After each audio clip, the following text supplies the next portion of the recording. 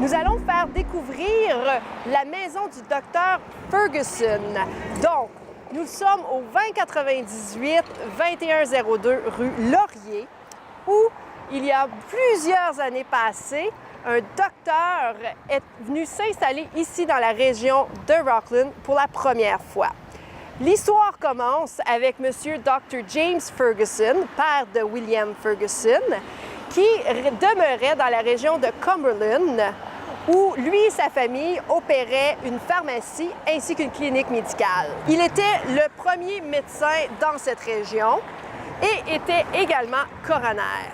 Il s'agissait d'un service médical nécessaire que la région de Rockland n'avait malheureusement pas encore. Après plusieurs années d'études, M. William Ferguson a été le premier médecin à venir s'installer ici dans la région de Rockland. Après plusieurs années d'études, M. William Ferguson s'installe à Rockland. Il fut le premier médecin. Ceci est en 1885. La maison des Ferguson voit donc le jour. Nous l'appelons communément Inglehurst. Après la mort de William Ferguson, son père James reprend la relève et ce jusqu'à sa retraite. En 1890, son frère Cecil Ferguson ouvre une pharmacie au devant du bureau du docteur Ferguson. Jusqu'à la mort inattendue du docteur Ferguson en 1912, cette maison a accueilli plusieurs événements mondains qui animaient la rue Laurier de Rockland. Par la suite, la clinique était opérée par le docteur Desrosiers pendant quelques instants. Aujourd'hui, la maison des Ferguson est devenue une résidence privée. La maison Ferguson que vous voyez derrière moi est maintenant devenue une résidence privée.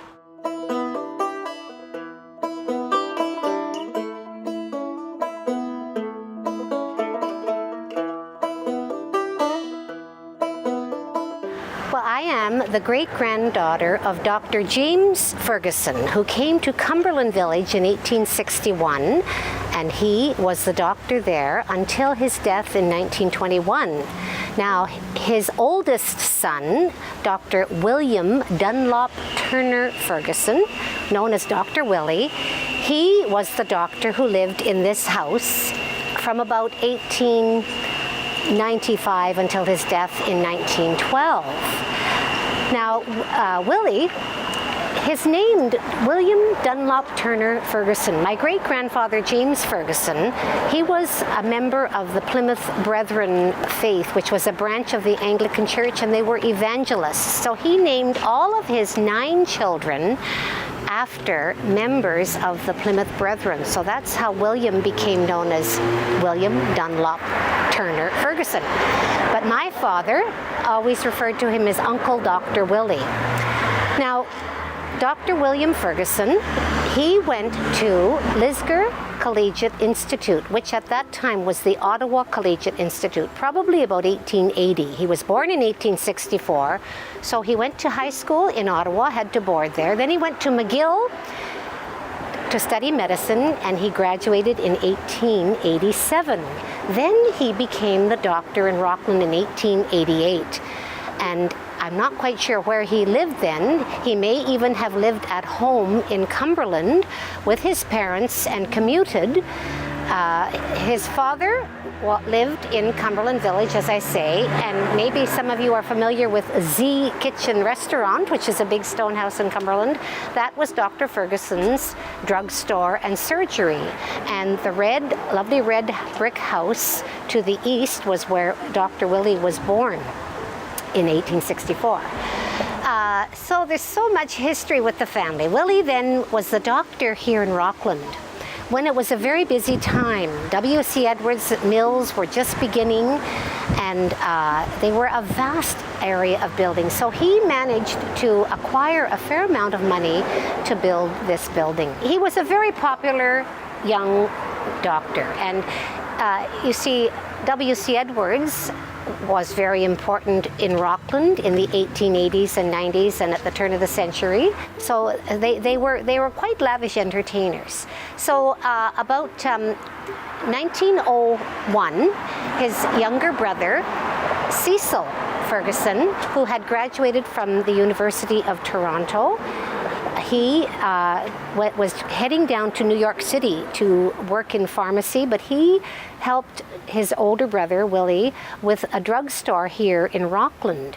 And then in 1904, when his brother Cecil went to New York, Dr. Willie's youngest sister, my great-aunt Susie Rice Ferguson, she was only 21 when she came to live here in 1904, and she had an amazing life. She lived to be 103. My great-grandfather and grandmother, Dr. James Ferguson and Susanna Ferguson, had 9 children, and Dr. Willie was the oldest. And of those 9 children, only 5 saw it to adulthood, and of those 5, only 3 really survived. My grandfather, John Ferguson, who lived in Cumberland, and then my great-aunt Susie. Now, my grandfather, he was the drug salesman.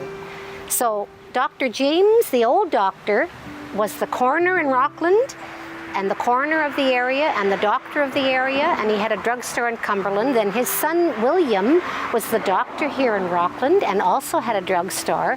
And then another son, my grandfather, John, he was the traveling drug salesman. And then their brother, Cecil, was a pharmacist, so it was very involved. But my great-aunt Susie, who came to live here as a young woman in 1921, she was known as the Belle of Rockland. And I have a photo of her riding side saddle on a horse. And across the street, across Laurier, probably it wasn't even called Laurier then, because I'm not sure what year it was named Laurier. But when she was a young woman here in the early 1900s, there was a wonderful skating rink. And Rockland was a great place to be. So she was married in this house in February 1912. And then she moved up to New Liskeard with her husband, Lorne Kennedy. And unfortunately, on Tuesday, May 15th, 1912, Dr. Willie was found dead in bed by his housekeeper. His housekeeper was Mary Gormley, and her sister, Elizabeth Gormley, she was the clerk in the drugstore. But he had been fined the night before, and on his death certificate, Dr. Martin Powers said that he died of cerebral apoplexy. So that was a massive stroke. He was only 48 years of age. And so my great-grandfather, Willie's father, James, he came to live in Rockland, and he and his wife Susanna lived here, and Dr. James Ferguson took over the practice only until 1914, when another doctor took over the practice. But Cecil, my great-uncle, he then returned from New York City, and he ran the drugstore here in Rockland until about 1935. So my family were quite involved. Now, I am a smith. My husband is a smith. I was a Ferguson. But his farm was a Double D Ranch. And they owned, their family came to Clarence Point in 1817. And my mother-in-law, Luva Smith, remembers when she was at the farm in Wendover, she was a Presley. And she used to come here in the 1920s and 30s to the drugstore to get special medicine for the turkeys. So she remembered meeting my great-uncle Cecil Ferguson. And on my husband's father's birth certificate, Norman Smith was born in 1906. Dr. William Ferguson was the doctor who attended. So it seemed as if fate should bring us together.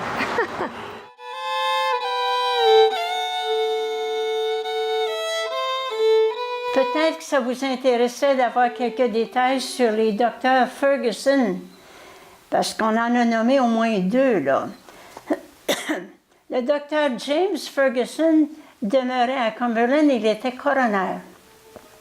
Mais il était aussi le père de docteur William, on l'appelait Willie Ferguson, qui était médecin à Rockland.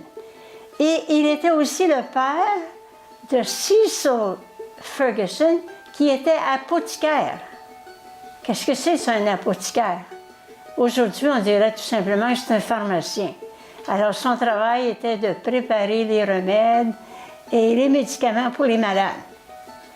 Et je me souviens, ça doit être papa qui nous a dit ça, je vais aller chercher mes remèdes chez l'apothicaire.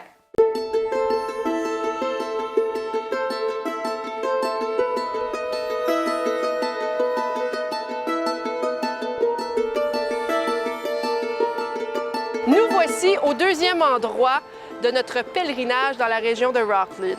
Nous sommes au 2290 et 2294 rue Laurier. Nous sommes ici où anciennement logeait le magasin général de Stéphane Pilon. En 1896, M. Toussaint Pilon acheta une propriété de M. Edwards en vue d'ouvrir son propre magasin. Il construit l'édifice et démarra son commerce. C'était le 4e magasin général installé à Rockland. Il y avait déjà le magasin d'Onésime Charon, de Xavier Giroux et de W.C. Edwards. En 1808, M. Toussaint décéda soudainement. Son fils Stéphane prit la relève du magasin général. En 1947, Stéphane, à son tour, décéda. Ensuite, Léopard et Solange Lalonde acheta le magasin et habitèrent la bâtisse où ils continuèrent le commerce de leurs aïeuls. Depuis 1966, Antoine et Amalia sont les propriétaires. Jusqu'en 1960, le couple Malouf avait leur propre magasin nommé Malouf Food Market. Depuis et jusqu'à ce jour, le magasin a évolué. Il est devenu maintenant Rockland Pizza.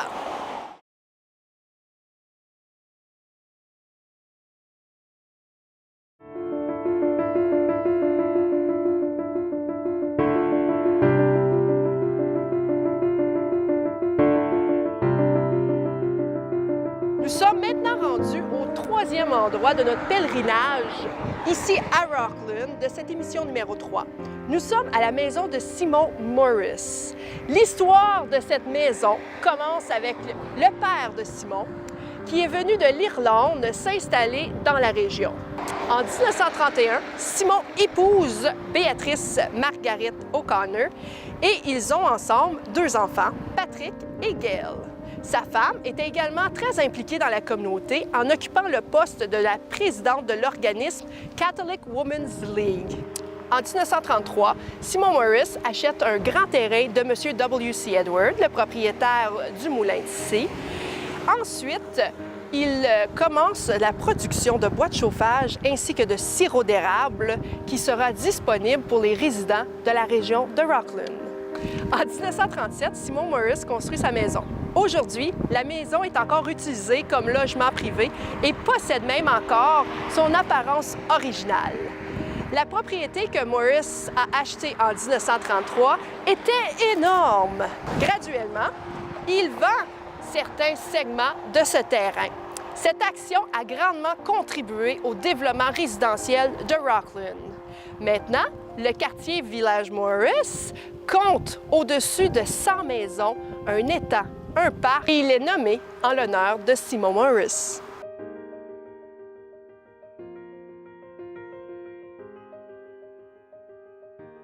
Nous voilà à la dernière destination de notre pèlerinage ici dans la région de Rockland, alors que nous allons visiter l'église Très Sainte Trinité ainsi que son presbytère.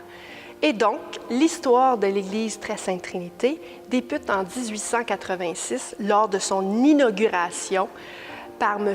Duhamel. À ses tout débuts, l'église Très Sainte Trinité était beaucoup plus petite que vous la voyez maintenant. En effet, elle était considérée une chapelle. Toutefois, 13 ans plus tard, soit le 17 janvier 1899, l'église est ravagée par le feu. Par la suite, elle est construite, mais beaucoup plus grande. Par contre, deuxième tragédie, le 23 décembre 1916, cette église est également ravagée par le feu. Encore une fois, mauvais karma, l'église est encore affectée par une autre tragédie. En 1919, après 3 ans de construction, la 3e église est maintenant érigée sur les lieux que vous voyez dorénavant. Et donc, durant la construction de cette troisième église, fut construit en même temps, à l'est de cette église, le presbytère. Dans celui-ci, incluait 2 salons, une salle à manger, une cuisine et 17 chambres à coucher. Cet édifice a été surnommé le presbytère château par plusieurs, à cause principalement de son aspect majestueux. Depuis le 10 juillet 2006, l'Église ainsi que le presbytère Très Sainte Trinité ont été consacrés édifice patrimonial. L'Église et le presbytère de la Très Sainte Trinité sont considérés comme des lieux historiques de Clarence-Rocklin en raison de leur architecture et de leurs symboles religieux au sein de la communauté. Elle a débuté avec le moulin et Edwards, le moulin de Syrie Edwards. C'est en 1885 que les gens étaient obligés d'aller à Clarence Creek pour assister à la messe. Puis aller à Clarence Creek l'hiver, dans un chemin de boue, c'est pas facile. Alors les gens, en 1886, ont demandé à Monseigneur Duhamel de leur bâtir une église, puis il a accepté. Alors la chapelle a été bâtie en 1886, mais ils n'avaient pas de curé avant 1889. Monseigneur, le père Siméon Hudon est arrivé en 1889 comme curé. Il venait de du Québec, en tout cas. Puis, le père Siméon Hudon a agrandi l'église. Il est arrivé en 89, il a fait agrandir l'église en 94, qui était un signe que la population augmentait. Alors, la population venait de pas mal de l'autre côté de la rivière, avec les barons de l'industrie de bois. Il y en avait deux importants. C'était Stephen Tucker et William C. Cameron. William C. Edwards. Puis, M. Edwards était bien connu dans la région. Il a été député, il a été sénateur. Puis, le curé Hudon a fait agrandir la chapelle parce que c'était pas assez grand. Alors, en 1889, la chapelle a été incendiée. On a rebâti en 1902. Puis, c'est lui-même qui a fait le bâtir. Il a consulté des experts. En 1901, il a acheté le presbytère. C'est une vieille maison qui appartenait à François-Xavier Giroux. Puis, ils étaient 5 dans la maison. Il y avait le curé, ses 2 cousines, un pensionnaire, puis un élève. En 1902, la construction de la charpente. Il a fait construire la charpente de l'église. Mais l'intérieur était vide, c'était du plâtre seulement. Wow. Avant 1909, Monseigneur Dumoulin a donné l'autorisation de décorer l'église avec les icônes, puis les statues, la chaire, les bancs, les chaises, et ainsi de suite. Seulement qu'en 1909, il a fait la décoration intérieure, il a engagé des artisans du Québec. Il y a eu Georges Delfosse qui a fait la fameuse peinture au milieu de la nef. Il y a T.X. Renault qui a fait surtout tous les décors, toute la boiserie? Non, les icônes, les peintures, ainsi de suite. La boiserie était faite par Joseph Villeneuve de Saint-Romuald. Et après que la boiserie, après que le maître-autel et les hôtels latéraux ont été construits, c'est T.X. Renault qui les décorait. Ensuite de ça, il y a eu la décoration des vitraux. Les vitraux ont été achetés à Montréal chez Hobbs Glass. Hobbs Glass existait dans ce temps-là. Mais chaque vitrail a un nom en dessous qui indique qui a donné, a fait un don pour le vitrail. En 1902, l'église a brûlé. En 1899, l'église a brûlé, c'est en 1902 qu'ils l'ont reconstruite. En 1916, elle a été incendiée à nouveau. C'était 2 jours avant Noël. Ah oui, hein? Le curé a dit la messe dans une salle communautaire de l'autre côté de la rue Laurier. Puis j'ai trouvé un article, un item dans sa comptabilité qui disait qu'il a récolté 35 pièces et 38 le dimanche.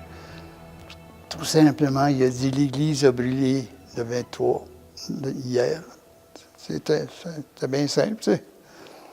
Alors, depuis ce temps-là, l'église a été reconstruite. Il y a un frère de l'Université d'Ottawa qui a été consulté pour voir si les murs étaient assez solides.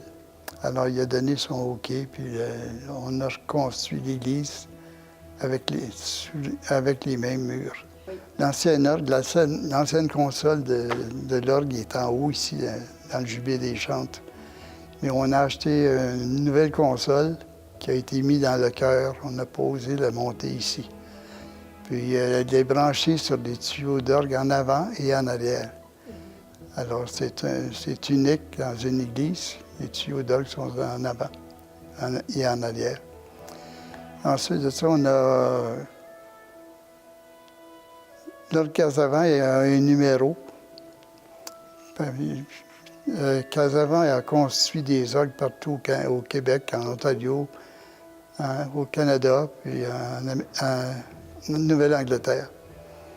Alors, il a été renommé pour ses orgues. Ben, c'est la sagesse des curés, du curé qui a décidé de garder l'église intacte. Le maître-autel a été conservé, les autels latéraux aussi. Dans plusieurs églises, on voit plus ça. On voit le mur en arrière, puis c'est tout. Mais la Sainte Table, toutes les boiseries qui ont été faites par M. Joseph Villeneuve ont été conservées. Les 268 bancs, puis les bancs dans les 2 galeries de chaque côté. Les bancs dans la galerie des chantres ici. Alors, on a tout conservé ça. Puis en 1958, il y a un ménage qui a été fait. Puis on voit une photo de l'ancienne église, puis on peut voir les tapisseries en arrière des autels latéraux. Elles ont été remplacées par une espèce de tapisserie de fleurs de lys. Puis c'est malheureux parce qu'on aurait dû garder ces tableaux-là. Même au plafond, au-dessus des balcons, là, il y avait des icônes, il y avait des tableaux. Et j'ai consulté Michel Prévost de l'Université d'Ottawa, puis il nous a dit que ça coûterait très, très cher pour les découvrir. Oh, wow. Ça se fait, mais ça coûterait cher. Très cher. Ouais. Donc, dernière question que je vais vous poser avant de terminer. La construction d'une église comme ça, à ce temps-là, ça a pris combien de temps construire cette église-ci, de A à Z? Bien, en 1899, il y a eu le feu, puis le curé Hudon l'a reconstruit en 1902. Il avait fini de construire la charpente en 1902. Alors, après le feu de 1916, ça a été construit entre 1917 et 1920. Mais il faut dire que le curé Hudon travaillait lui-même à la construction. Mm-hmm. On l'a vu transporter des briques, du ciment, puis toutes sortes de choses. Il était exceptionnel. Il y a une chose que je devrais vous dire aussi, que le curé Hudon a été ici de 1889 à 1933. Oh mon Dieu! C'est un long terme pour un curé. Puis celui qui l'a remplacé, le René Chartier, il venait de France, a été curé de 1934 à 1960. Alors, à l'heure d'eux, ils ont 60 ans de service. Puis après ça, ils ont été suivis par 8 autres curés. C'était quel votre prêtre préféré? Mon qui? Votre prêtre qui vous a... Oh, le curé Chénier, Jean-François, le dernier, là. Il est parti, il fait 2-3 ans.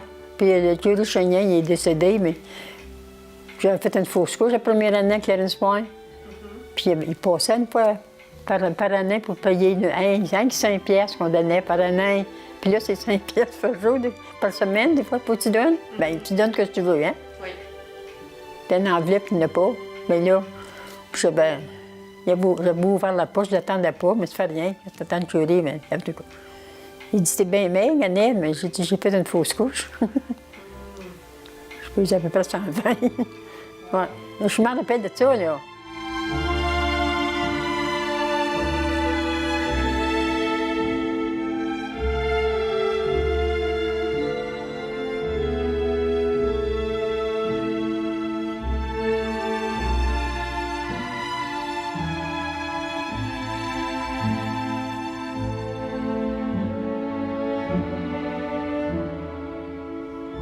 Et donc voilà, après 3 émissions dans la région de Rockland, vous avez un bel aperçu de l'historique de cette merveilleuse région. En effet, nous avons été visiter le magasin général Pilon, la maison du docteur Ferguson, ainsi que la maison Morris, pour finalement terminer avec l'église Très Sainte Trinité. J'espère que vous avez apprécié ce pèlerinage à Rockland. Restez avec nous alors que dans les prochaines émissions, nous allons découvrir Clarence Creek, Saint-Pascal et Clarence Point.